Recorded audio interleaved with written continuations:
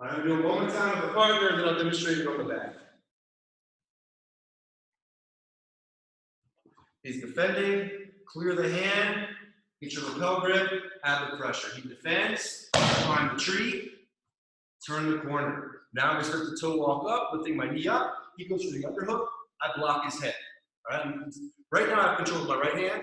I just want to switch it to my left hand. Right? And now complete the S-mount transition, heel to knee, transfer the weight to the knee and to the hand. Meanwhile, I'm pulling his head tightly into the knee pit. Now I bring the weight to my head so my legs can move easy and I can get a nice easy triangle.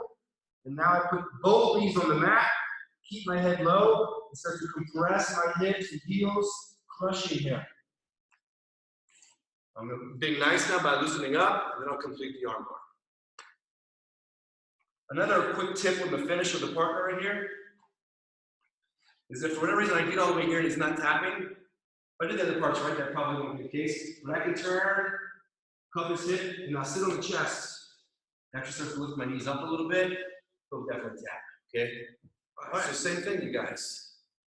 Clear the arm, attack the neck, base, climb the tree, turn the corner. Your leg should be on the top side of the bat. I start to toe walk with my leg up.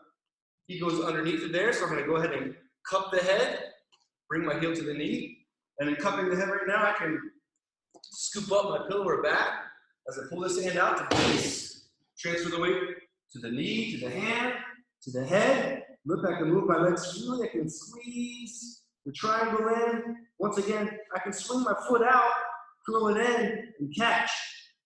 And now put two knees down, keep your head low, and crunch.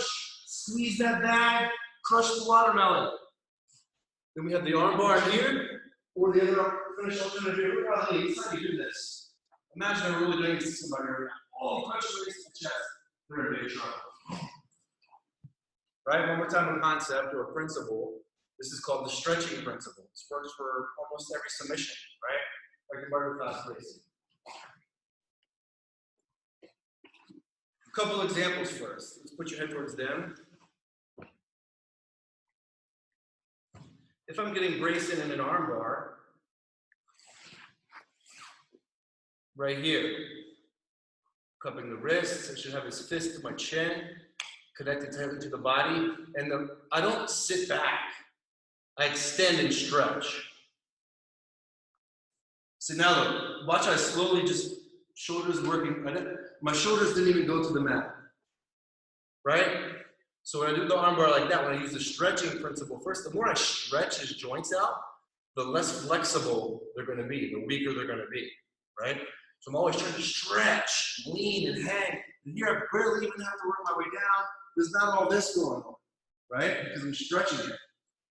Let's say I'm getting you in a Kimura, bottom guard. I can go here, and people have different levels of flexibility with shoulders. So if I push Brayson's wrist to his head, I can tell it's a little bit tight already, but I'm using actually a good bit of energy right here to do that. So I'm pushing the wrist towards the head. Takes a lot of effort. If he was defending that, I wouldn't get it. I can tell already. So what do? I want to stretch him first. Extend. If I extend the hips, I didn't even have to rotate towards the head. Extend. And then the rotation is going to make it, way worse. If I'm doing a foot lock,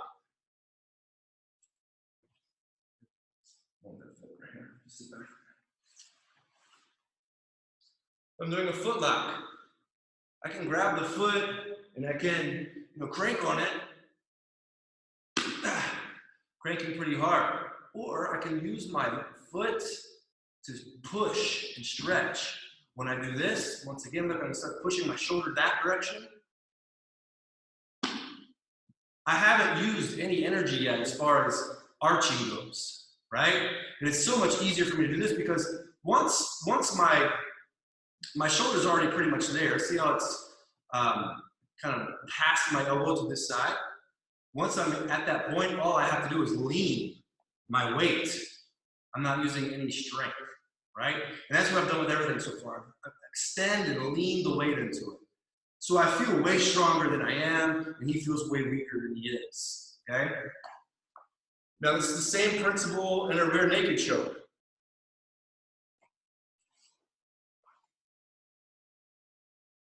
I can get the choke. That could be all arms and squeeze, or I can extend, right? When I extend the hips, I don't even really have to increase the squeeze. I wasn't increasing the squeeze at all right there, just all extension, right? Now, same thing here. Today's technique.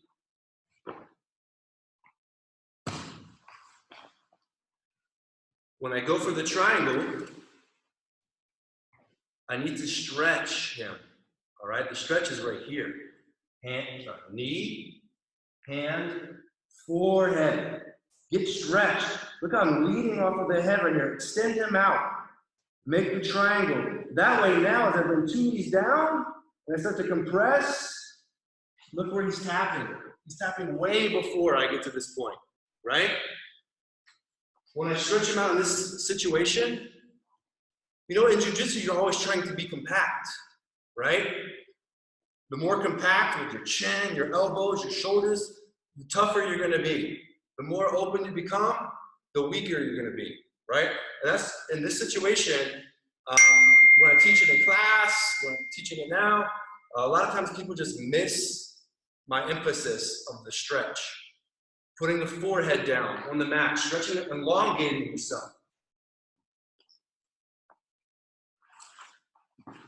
He's fairly compact, right? He can be fairly compact right here in the fin. But when I go like this, I'm opening it all up. His neck's getting longer, his neck's getting weaker, and now I can compress and be tight, right? Not only that, by extending and putting the weight to my forehead, it makes it easy to move his leg. A lot of times people have a really hard time getting a triangle, and it's because all the weight's right here. I need to move the weight out there so that this area is light and easy to move.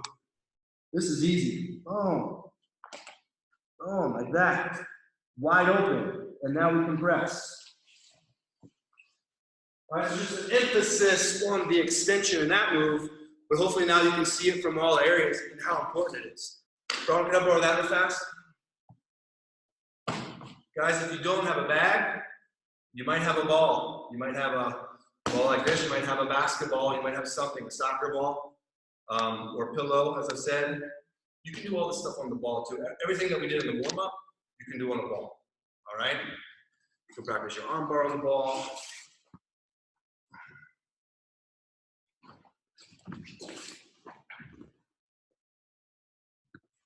You can practice your triangle on the ball as we just practiced.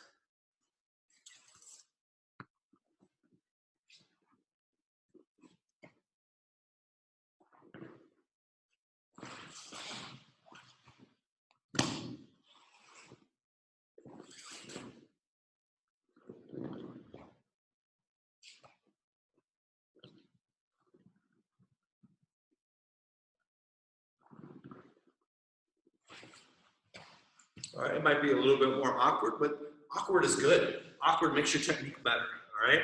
Makes you understand balance points and leverage better when things are awkward. So that's a good thing. So be creative with the objects that you have to practice on at home. All right. Triangle from the mount position